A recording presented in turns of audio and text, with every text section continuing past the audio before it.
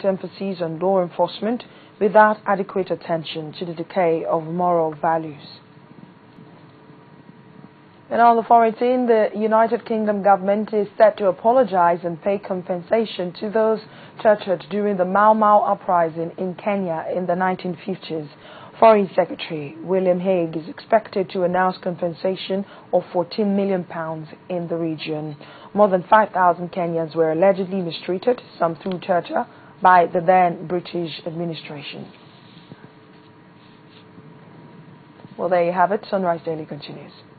Well, yes, indeed, and thank you, Adesha. Well, getting back to that point where Dr. Harry Demiran was ousted. Now, if the executive didn't like what happened, don't you think the Ministry of Aviation should have spoken up? If the executive did not, if they were not happy with that directive or that recommendation from the National Assembly, wouldn't they have spoken up? The ministry? Yes. Why would the ministry? The ministry is not even capable of speaking when the executive has taken a decision. They directly supervise the aviation, and so it might have been some comments, rubbing minds with the leadership of the presidency, saying, look, we're not sure if on what grounds, from the reasons they've given, this doesn't look concrete enough. And there are reasonable people out there, even in the National Assembly. You see, if anything, you have now underscored the point I'm making about being overbearing. You will notice that there was a time we were embroiled in an argument of whether resolutions had the power of law and all of that. These were all part of the game. But it's not even, it cannot even be speculated that the presidency would want to maybe sack an executive in FCA, and then the ministry is probably opposing it. It's not. So they had to go. But we go further than that. You know that as we speak now, there's no budget for SEC. What is the reason? That a certain lady who the National Assembly approved his appointment at a particular point in time changed their mind and said the woman was no longer qualified. It's not as if there were fresh facts that emerged. Maybe that since she said she got a first class from University of Nigeria Soccer, which is a stone throw away from this place, and the University of Nigeria has not said, we don't know this student or this particular graduate. Or that approval which they gave to that job was given in error as a result of falsification of facts and all of that. None of those. All of a sudden, she is no longer qualified. And she is now embroiled in what appears to be a street fight with the National Assembly. But the National Assembly says, sack her. There's an impression about that because some think that, well, with the case of Dr. Demiran, the executive perhaps didn't think that, okay, there was no issue about that. They didn't feel hard done by. But with this case of SEC, they feel strongly about it, and that's why they haven't taken that decision. But it's rubbing off on the nation, in the sense that there is no allocation for SEC. I'm talking about the Security and Exchange Commission of a country because of a misunderstanding that the National Assembly had with a particular member of the executive, such that they are advising the executive to please sack. You know, disciplinary measures are supposed to be the preserve of the executive about their staff. It doesn't lie in the mouth of the legislator to determine who can be sacked in the executive. Let's even look at that report, really, and just see how it highlighted some of these issues that we're raising here. The Seventh Assembly began with a leadership tussle in the House of Representatives.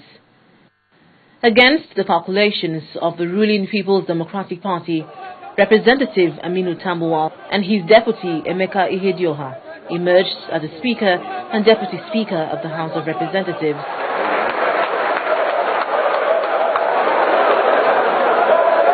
While in the Senate, David Mark emerged the President of the Senate unanimously for the third time, the longest in the nation's history. It's been 2 years of intrigues, controversies and flexing of muscles between the executive and the legislature. We came with a specific set of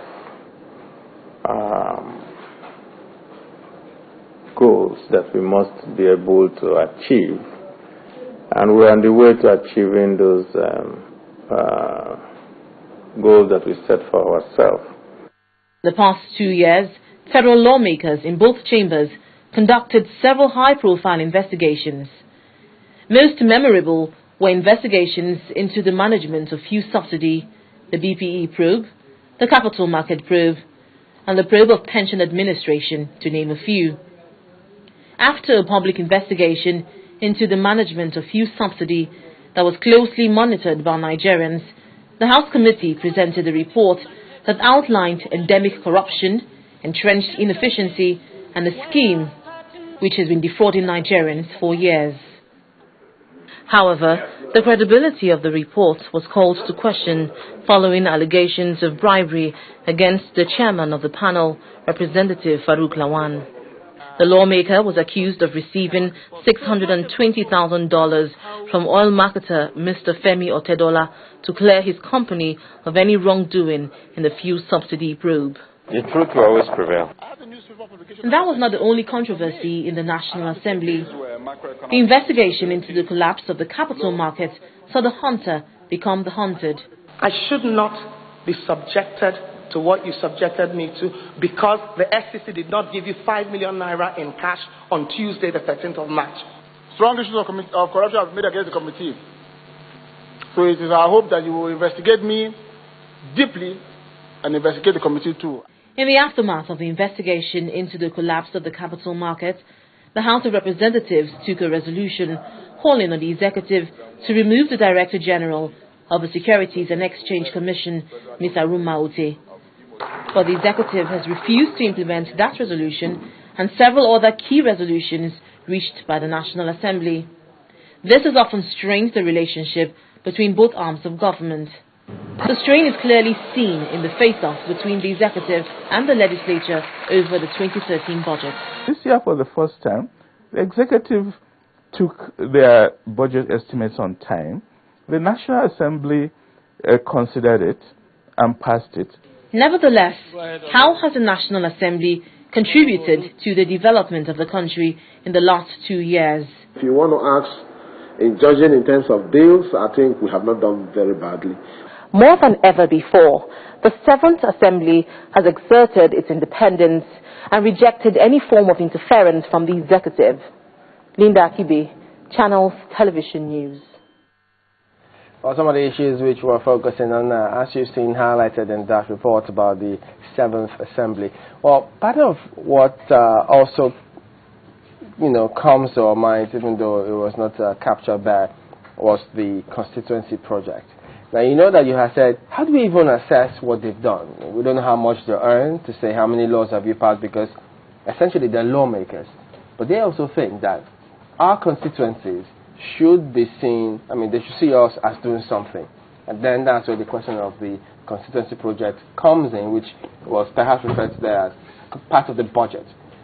Talking about that one alone, because the argument also is still out there, the jury is out there about whether or not they can actually stick to the grounds which they hold about this project.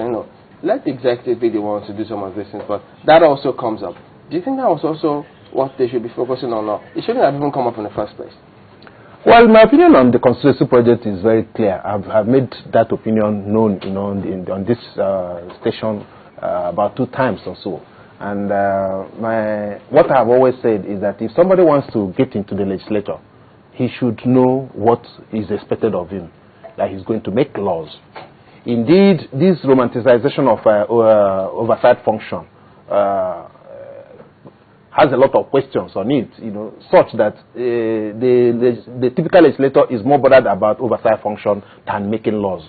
We have reeled out a number of laws that should have been either remade, some revoked, others maybe at the level of even judicial review, law review, either initiated by the executive or so moto initiated by the legislator itself. Because quite a number of the laws we are sitting on are quite a number of them are outdated. I was looking at the CAMA, the Company and Allied Matters Act. I think section 378 of it that has to do with penalty for not filing, your returns. The penalty for it is 100 naira. 100 naira. You know what it takes to even get the change for 100 naira. That's what you pay for violating that section. These are laws that should attract the attention of members of the members of the National Assembly. There are quite a number of them in the area of criminal code. You have seen some of them. There are some penalties that have to do with 200 naira. Do you think that there's too much on the plate of the National Assembly? Because, you know, you said that it seems some people are bothered